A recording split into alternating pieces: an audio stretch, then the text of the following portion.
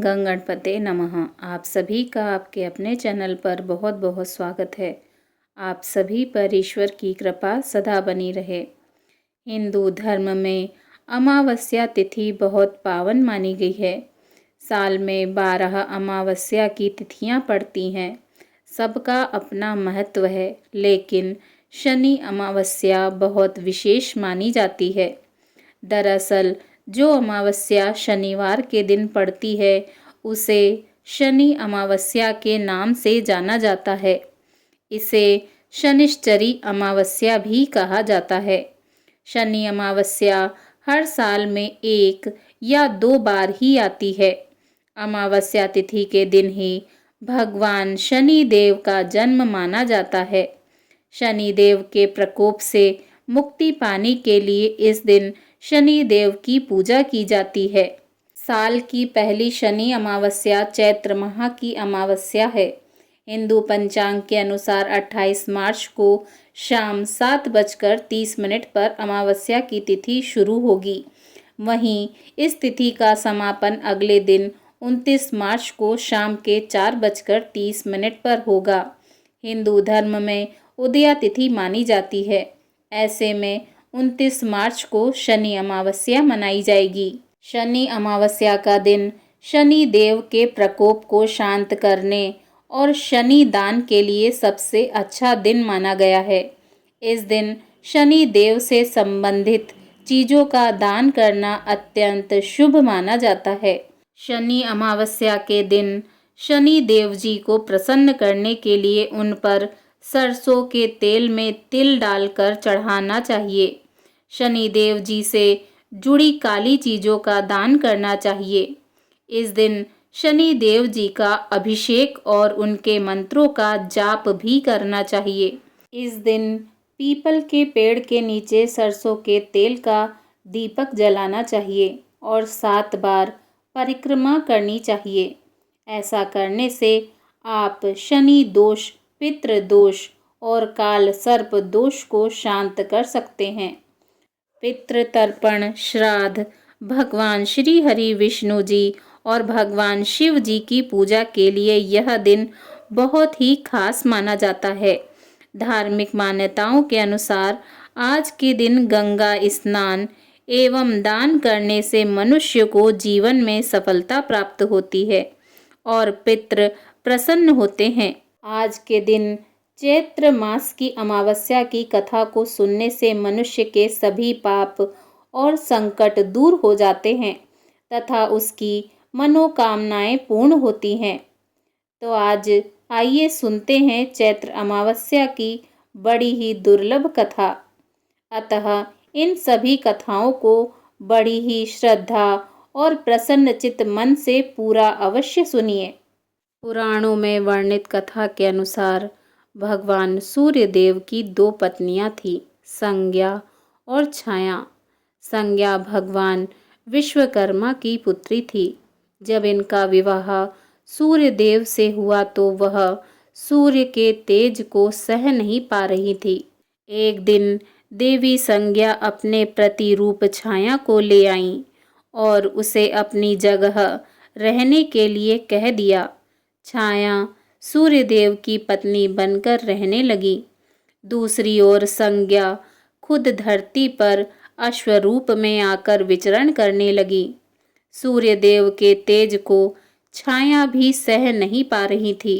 एक दिन जब छाया के पास संतान प्राप्ति की इच्छा से आए तो उनके तेज को देखकर छाया का रंग काला पड़ गया और वह गर्भवती हो गई। छाया के पुत्र के रूप में भगवान शनि देव का जन्म हुआ। जिस दिन शनि देव का जन्म हुआ उस दिन शनिवार और अमावस्या तिथि थी। इसीलिए शनि अमावस्या का धार्मिक दृष्टि से विशेष महत्व है। शनि देव को देखकर सूर्य देव को क्रोध आ गया, क्योंकि उनका रंग श्याम था। सूर्य देव ने संज्ञा से कहा कि यह मेरा पुत्र नहीं हो सकता। इसके बाद सूर्य देव को यह भी भेद पता चल गया कि उनकी पत्नी संज्ञा की जगह काफी समय से छाया रह रही हैं। सूर्यदेव इस सत्य को जानकर और भी अधिक क्रोधित हुए और छाया एवं शनिदेव को छोड़कर अपनी पहली पत्नी संज्ञा की तलाश में चले गए। शनिदेव जब बड़े हुए तो उन्हें स्वयं को सूर्यदेव से भी अधिक प्रभावशाली और ताकतवर बनाने का प्रण किया और भगवान शिव जी की तपस्या करने लगे। भगवान शिव जी ने शनिदेव जी की तपस्या से प्रसन्न होकर शनिदेव जी को ग्रहों में न्यायाधीश और दंडाधिकारी का पद प्रदान किया। भगवान शिव जी ने यह भी वरदान दिया कि हे शनि, नवग्रहों में तुम्हारा विशेष स्थान और सम्मान होगा। तुम्हारे न्याय से तीनों लोकों में कोई भी नहीं बचेगा। तुम सभी जीवों के कर्मों को देखते हुए न्याय करोगे। भगवान शिव जी से वरदान पाकर शनि देव नवग्रहों में विराजमान हो गए और पूजित हुए। शनि अमावस्या के दिन शनि देव जी की कथा का पाठ करना अत्यंत शुभ फलदायी होता है, जो कर्मों से उच्च पद प्राप्त करने की प्रेरणा देता है। बोलिए भगवान शनि देव जी की जय।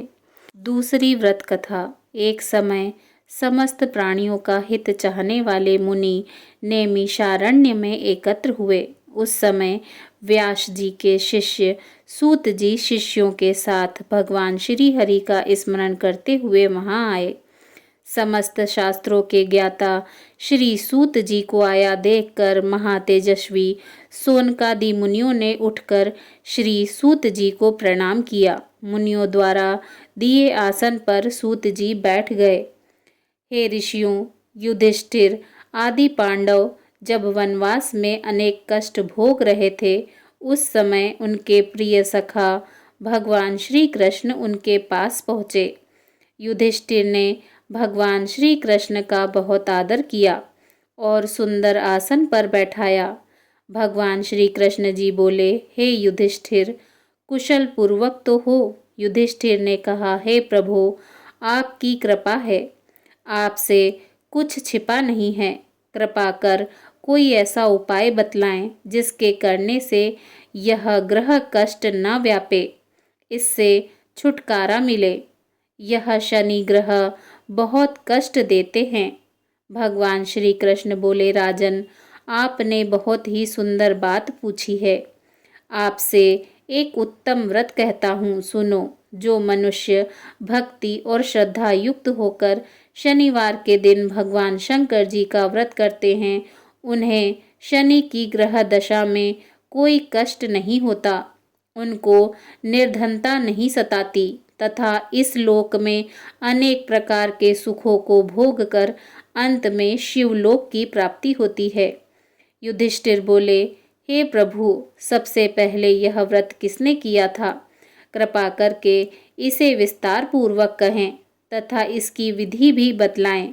भगवान श्री कृष्ण बोले, राजन, शनिवार के दिन, विशेषकर श्रावण मास में शनिवार के दिन लोह निर्मित प्रतिमा को पंचामृत से स्नान कराकर अनेक प्रकार के गंध, अष्टांग, धूप, फल, उत्तम प्रकार के नैवेद्य आदि से पूजन करें। शनि के 10 नामों का उच्चारण करें। तिल, जौ, उड़द, गुड़, लोहा, नीले वस्त्र का दान करें। फिर भगवान शंकर जी का विधि पूर्वक पूजन कर आरती प्रार्थना करें। हे भोलेनाथ, मैं आपकी शरण में हूँ, आप मेरे ऊपर कृपा करें, मेरी रक्षा करें। हे युधिष्ठिर, पहले शनिवार को उड़द का भात, दूसरे को केवल खीर, तीसरे को खजला, चौथे को पूरियों का भोग लगावें। व्रत की समाप्ति पर यथाशक्ति ब्राह्मणों को भोजन करावें। इस प्रकार करने से सभी अनिष्ट, कष्ट आदि व्याधियों का नाश हो जाता है। राहु केतु शनिकृत दोष दूर होते हैं और अनेक प्रकार के सुख साधन एवं पुत्र पौत्रादि का सुख प्राप्त होता है। सबसे पूर्व जिसने इस व्रत को किया था, उनका इतिहास भी सुनो। पूर्व काल में इस पृथ्वी पर एक राजा राज्य करता था। उसने अपने शत्रुओं को अपने वश में कर लिया। देवगति से राजा और राजकुमार पर शनि की दशा आई। राजा को उसके शत्रुओं ने मार दिया। राजकुमार भी बेसहारा हो गया। राजगुरु को भी बैरियों ने मार दिया। उसकी विधवा ब्राह्मणी तथा उसका पुत्र शुचिव्रत रह गया। ब्राह्मणी ने राजकुमार धर्मगुप्त को अपने साथ ले लिया और नगर को छोड़कर चल दी। गरीब ब्राह्मणी दोनों कुमारों का बहुत कठिनाई से निर्वाह कर पाती थी। कभी किसी शहर में और कभी किसी नगर में दोनों कुमारों को लिए घूमती रहती थी। एक दिन वह ब्राह्मणी जब दोनों कुमारों को लिए एक नगर से दूसरे नगर जा रही थी कि उसे मार्ग में महर्षि शांडिल्य के दर्शन हुए। ब्राह्मणी ने दोनों बालकों के साथ मुनि के चरणों में प्रणाम किया और बोली, महर्षि, मैं आज आपके दर्शन कर कृतार्थ हो गई। यह मेरे दोनों कुमार आपकी शरण हैं, आप इनकी रक्षा करें। मुनिवर, यह शुचिव्रत मेरा पुत्र है और यह धर्मगुप्त राजपुत्र है और मेरा धर्मपुत्र है। हम घोर दारिद्र्य में हैं, आप हमारा उद्धार कीजिए।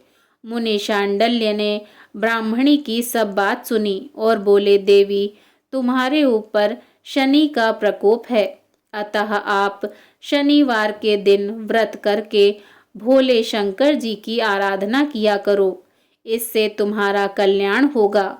ब्राह्मणी और दोनों कुमार मुनि को प्रणाम कर शिव मंदिर के लिए चल दिए।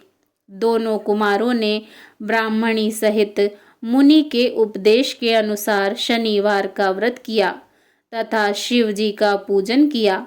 दोनों कुमारों को यह व्रत करते करते 4 मास व्यतीत हो गए। एक दिन शुचिव्रत स्नान करने के लिए गया। उसके साथ राजकुमार नहीं था। कीचड़ में उसे एक बहुत बड़ा कलश दिखाई दिया। शुचिव्रत ने उसको उठाया और देखा तो उसमें धन था।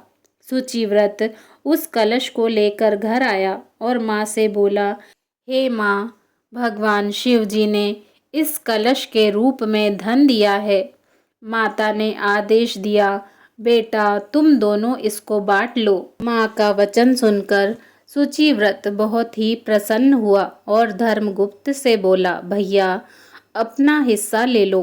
परंतु शिव भक्त राजकुमार धर्मगुप्त ने कहा, माँ, मैं हिस्सा लेना नहीं चाहता, क्योंकि जो कोई अपने सुकृत से कुछ भी पाता है वह उसी का भाग है और उसे आप ही भोगना चाहिए। भगवान शिव जी मुझ पर भी कभी कृपा करेंगे। धर्मगुप्त प्रेम और भक्ति के साथ शनि देव का व्रत करके पूजा करने लगा। इस प्रकार उसे 1 वर्ष व्यतीत हो गया। बसंत ऋतु का आगमन हुआ। राजकुमार धर्मगुप्त तथा ब्राह्मण पुत्र शुचिव्रत दोनों ही वन में घूमने गए। दोनों वन में घूमते घूमते काफी दूर निकल गए। उनको वहां सैकड़ों गंधर्व कन्याएं खेलती हुई मिली। ब्राह्मण कुमार बोला, भैया, चरित्रवान पुरुषों को चाहिए कि वे स्त्रियों से बचकर रहें। ये मनुष्य को शीघ्र ही मोह लेती हैं। विशेष रूप से ब्रह्मचारी को स्त्रियों से न तो संभाषण करना चाहिए तथा न ही मिलना चाहिए। परंतु गंधर्व कन्याओं की क्रीड़ा को देखने की इच्छा रखने वाला राजकुमार उनके पास अकेला चला गया।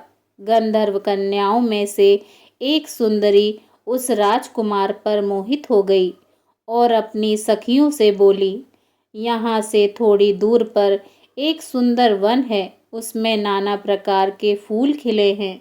तुम सब जाकर उन सुंदर फूलों को तोड़ कर ले आओ, तब तक मैं यहीं बैठी हूँ।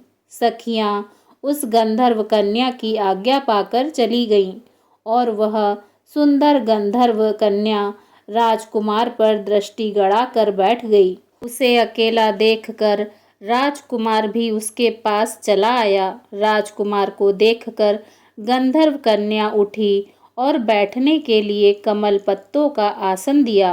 राजकुमार आसन पर बैठ गया। गंधर्व कन्या ने पूछा, आप कौन हैं? किस देश के रहने वाले हैं तथा आपका आगमन कैसे हुआ? राजकुमार ने कहा, मैं विदर्भ देश के राजा का पुत्र हूँ। मेरा नाम धर्मगुप्त है। मेरे माता पिता स्वर्ग लोक सिधार चुके हैं। शत्रुओं ने मेरा राज्य छीन लिया है। मैं राजगुरु की पत्नी के साथ रहता हूँ। वह मेरी धर्म माता हैं।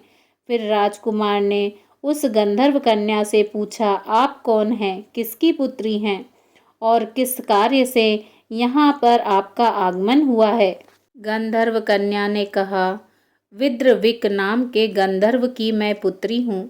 मेरा नाम अंशुमति है। आपको आता देख आपसे बात करने की इच्छा हुई।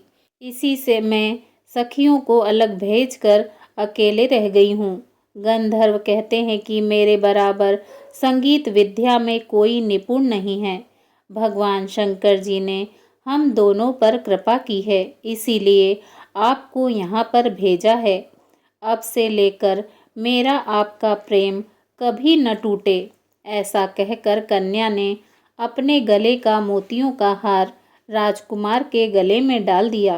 राजकुमार धर्मगुप्त ने कहा, मेरे पास न राज है और न धन। आप मेरी भार्या कैसे बनेंगी? आपके पिता हैं, आपने उनकी आज्ञा भी नहीं ली।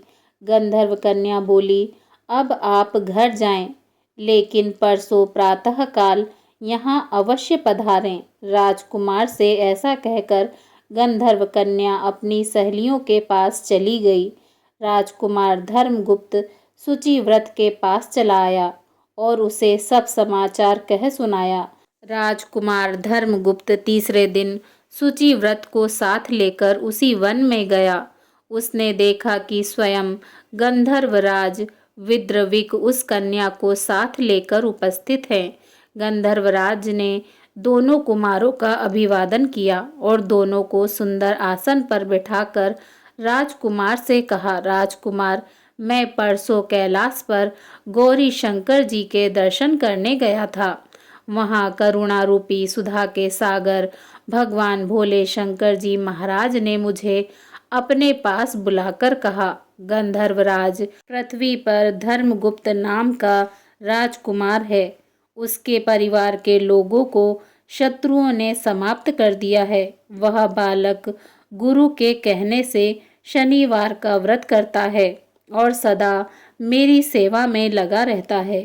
तुम उसकी सहायता करो, जिससे वह अपने शत्रुओं पर विजय प्राप्त कर सके। भगवान भोलेनाथ जी की आज्ञा को शिरोधार्य कर मैं अपने घर चला आया। वहाँ मेरी पुत्री अंशुमति ने भी ऐसी ही प्रार्थना की।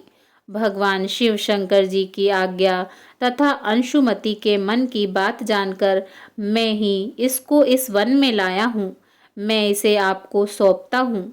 मैं आपके शत्रुओं को परास्त कर आपको आपका राज्य दिला दूंगा। ऐसा कहकर गंधर्वराज ने अपनी कन्या का विवाह राजकुमार के साथ कर दिया तथा अंशुमति की सहेली का विवाह ब्राह्मण कुमार शुचिव्रत के साथ कर दिया। उसने राजकुमार की सहायता के लिए गंधर्वों की चतुरंगणी सेना भी दी।